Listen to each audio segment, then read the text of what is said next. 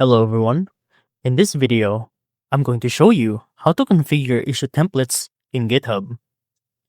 To configure issue templates in GitHub, start by going to your repository and clicking the Settings tab. Scroll a little bit downward from here and find the Issues section right under the Features category.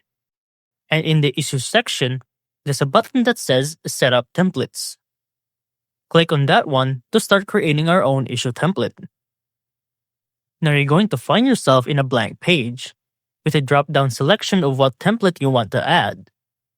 Click on the drop-down text and choose whichever template you fancy. For me, I'm just going to add in the standard bug report template. If you want to add your own customizations, click on the Preview and Edit button, and then it'll expand. Right next to the title of the template, there's a pencil that you can click to edit this template however you want.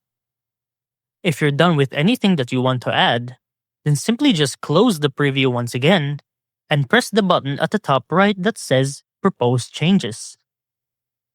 It will then initiate a commit change along with a message. Add in whatever you want, and when you're finished, just click Commit Changes. And now you'll have the new issue template file inside the repository for you to effectively use. And that's how to configure issue templates in GitHub.